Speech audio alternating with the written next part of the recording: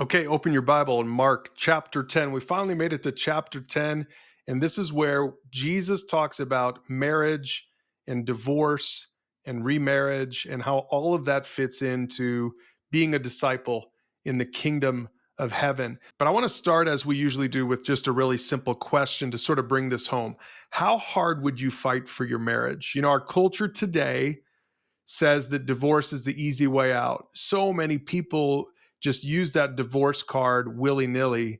And we're going to see what Jesus has to say about all of that. Mark chapter 10, verses 1 and 2, it says, Jesus left Capernaum. He went down to the region of Judea and into the area east of the Jordan River. Once again, crowds gathered around him, and as usual, he was teaching them. Some Pharisees came and tried to trap him with this question. Here was the question: should a man be allowed to divorce his wife? Now, you'll notice in parentheses, I put for any and every reason, because that's how it reads in the Matthew account of this same story.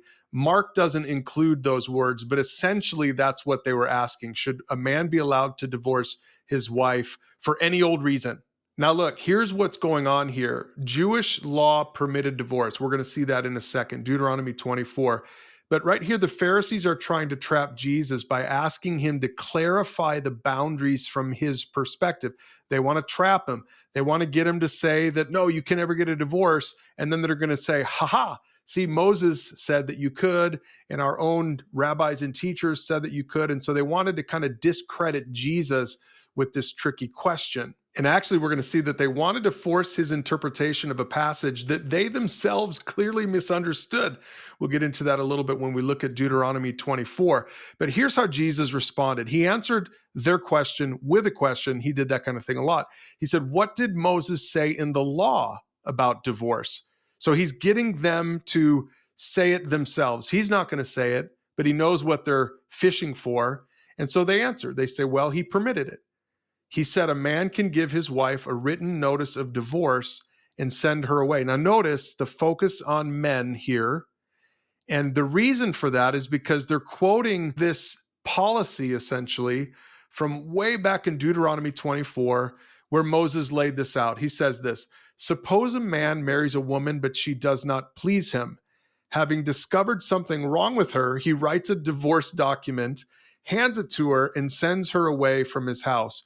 When she leaves his house, she's free to marry another man. Now, I understand that from today's culture, this feels really weird. This seems really strange, but we have to remember that the culture here, the Jewish culture, is very male-dominated, just like the Greek culture was in Jesus's day.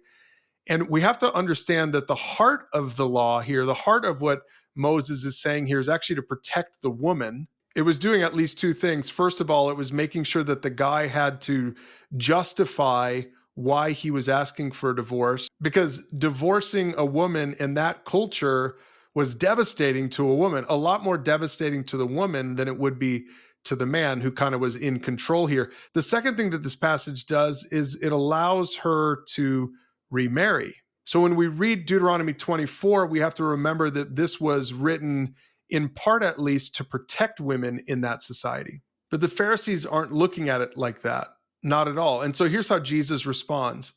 Jesus said, Moses wrote this commandment only as a concession to your hard hearts. So see, Jesus is refusing to frame marriage through the lens of Moses' teaching on divorce. That's how the Pharisees are trying to frame it. But Jesus is going to go further back to God's original intent. He's going to quote some passages here from the book of Genesis. He says, but, quote, God made them male and female. That's from Genesis 1, from the beginning of creation. And then here's another quote from Genesis. This explains why a man leaves his father and mother and is joined to his wife, and the two are united into one. And so Jesus then adds his own interpretive key here. He says, since they are no longer two but one, let no one split apart what God has joined together. Now, again, listen to the podcast where I go into great detail on this particular passage. But basically, Jesus is painting a picture for marriage. He's saying, I don't want you to think about marriage in terms of divorce. I don't want you to think about it in terms of the worst case scenario. I want you to think about it in terms of God's intent, like what God really wanted from the beginning. And here's what he wanted: one man, one woman for life. And look at the other thing that Jesus is doing here. Instead of talking about how the man is the head, or it's all about the husband. He has all the rights here. He's actually talking about how it's God's thing, that this marriage has God's stamp of approval, that God is the ultimate authority in a marriage, not even a man. Now, verse 10 says that later, when he was alone with his disciples, they brought up the subject again. They were probably like, hey, Jesus, good job avoiding the trap of the Pharisees, but can you give us the answer now? Like, when is divorce okay? And here's what Jesus said to them in private. He said, whoever divorces his wife and marries someone else commits adultery against her. And if a woman divorces her husband and marries someone else, she commits adultery. Now, I want you to pay attention in the context to what Jesus is saying. Two things. He's addressing the husband first, and he says, if you divorce your wife and marry someone else, you're committing adultery against your wife. Look at how he's elevating, once again, the woman in the statement. But then he adds to it. He says, hey, and women, wives, you're a part of this too. You have a responsibility in this thing too. And so he says something that would have been very strange back in his day. He addresses a woman. He says, if a woman divorces her husband and marries someone else, she commits adultery. So look, here's what he's doing. Jesus is saying both a husband and a wife should think about marriage in terms of their discipleship. If you're a follower of Jesus, marriage is a really big part of your spiritual life. And so essentially, he's answering the question that we started with. How hard would you fight for your marriage? He's saying you should fight for your marriage. You shouldn't take it lightly like our culture does, or like the Pharisees wanted to, the way that they misinterpreted Moses's commandment.